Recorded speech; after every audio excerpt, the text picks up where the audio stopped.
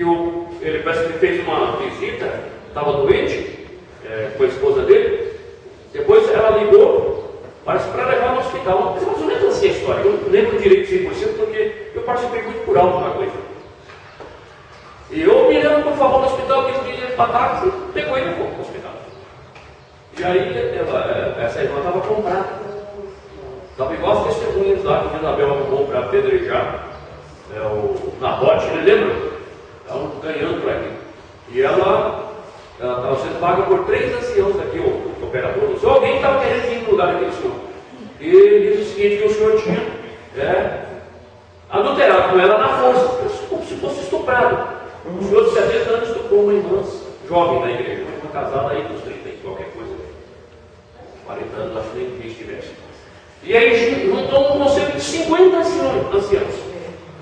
E excluíram aí. Excluíram. E ele não tinha para onde ir, e ele foi para o Ipiranga. Você acredita que eles queriam ele no mundo destruído? E a gente na frente, vê se ele estava lá mesmo, e ameaçar com ele que ia matá-lo porque ele estava ali. Aí ele contou isso para o pastor com quem eu trabalhava. E eu fiquei sabendo, irmãos, Deus, sabe uma pessoa que se eu souber de uma injustiça, eu não deixo passar? Oração. E oração. Fomos buscar a Deus, fomos buscando a Deus. E aquela irmã que ganhou aquela bolada de dinheiro, e aqueles que queriam ficar no lugar, e o conselho que não sabia, e foi por aquilo.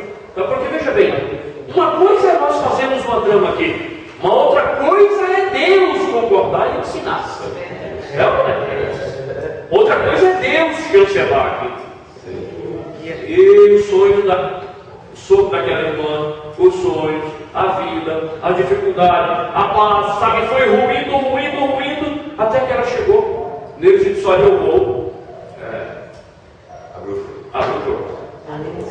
Chegou no conselho dos 50 anciãos. E ele disse, fizeram tudo e colocaram ali de novo no lugar. Bom, lembra disso? Não foi da nossa igreja.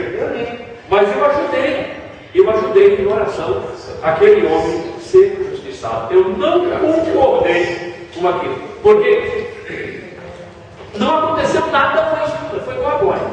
Já passou. Falta só uma audiência. Vocês lembram o que eu trouxe para vocês aqui? Vocês me ajudaram ensinando. E um pastor nosso estava sendo acusado de pedofilia. Vocês lembram? Vocês lembram que vocês assinaram aqui, os mais antigos, o Antônio, o Chelsea? Eu consegui coletar 40 e algumas assinaturas. Um caso totalmente injusto. Se o pastor tivesse, eu ia ficar quieto. Totalmente injusto. A criança, de uns 8 anos, aparecia no mercado onde eu pastor.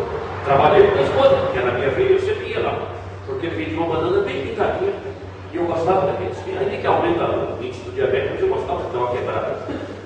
Nas regras, eu comia aquela banana bem docinha, aquela banana. E a mulher sempre estava ali, até tomava um café com eles. E a criança aparecia, comprava o doce e comia sozinha. A irmã foi chamar a atenção. No caso. E aí a menina, que a irmã chamou a atenção, chegou em casa e falou que o pastor deu um beijo nela e colocou a mãozinha dela na genitália dele. E a coisa estourou. Ele deixou correr um tempo. E eu pedi autorização ao Ministério. Vou contar isso agora, porque já passou. Eu não contei para vocês aqui, eu não contei o que eu fiz. E o que você quer fazer? Eu falei, eu quero conversar com o pastor e com a mulher. De surpresa, quero pegar os dois de surpresa juntos, separar um do outro, conversar com um aqui, conversar com o outro e fazer uma clareação policial. Eu sei fazer isso. Eu tenho formação nessa área. Para mim levantar assim, as conversas no pátio. E aí, tudo bem, ele não vai estragar mais, falei, eu creio que não. Pedi autorização, depois eu posso ajudá-los. E cheguei um dia assim, e comprei umas coisas, fiquei conversando, eu sabia que a irmã chegava um pouco mais tarde, ele ia abrir o mercado um pouco mais cedo para vender pão. E a irmã chegou, bom dia, deu um beijo assim, e falei, meus irmãos, eu vim conversar com vocês dois. Agora, eu falei, agora. Sobre aquele assunto. E o senhor sabe, eu falei, sei. E o que o senhor quer? Eu quero que você fique dentro do balcão, eu quero conversar com sua esposa lá dentro. Desse jeito. Tem de autoridade para isso, né? Porque ele fala, não quero conversar com minha esposa. E aí eu falei, quero que a senhora me abra o jogo. E ela abriu o jogo. Eu ouvi tudo atentamente. Eu sou bom para gravar as coisas. Agora a senhora fica aqui. Vai lá no balcão e eu quero seu marido. E bati uma coisa com outra. Entendeu? Agradeci, falei, veja bem, eu pedir autorização para isso, eu vou fazer uma declaração. Vou pegar a assinatura de quem conhece, diante de Deus. Dos dois eu descobri que não tinha nada. Diante de Deus. Se isso for verdade, você vai pagar. E eu não vou poder fazer nada da pessoa. Mas se isso for inveja, se for calúnia, se for mentira, diante de Deus o senhor não vai pagar sozinho. Nós vamos entrar na briga e conseguir 40 e quero agradecer a vocês nessa manhã. Houve dia 30, pastor João, pastor Agripino, pastor Licias, pastor Raimundo, pastor Francisco Assilão também, pastor Francisco. Estou agradecendo você de público, pastor Cordório, mas eu quero encerrar essa parte, sabe, irmãos? E conseguimos livrar aquele pastor de uma coisa que não faz sentido. Não faz sentido um homem, na idade daquele homem, avô, mexer com uma criança de 8 anos. Um homem conhecido. E deixa eu dizer por que eu fiz isso. O pastor Oswaldo nos forneceu informação que por onde ele passou nesses 24 anos, nunca recebeu uma reclamação, uma acusação. Nunca uma irmã reclamou, nunca um marido reclamou, nunca uma moça reclamou. Percebe? Então a gente não pode cruzar os braços.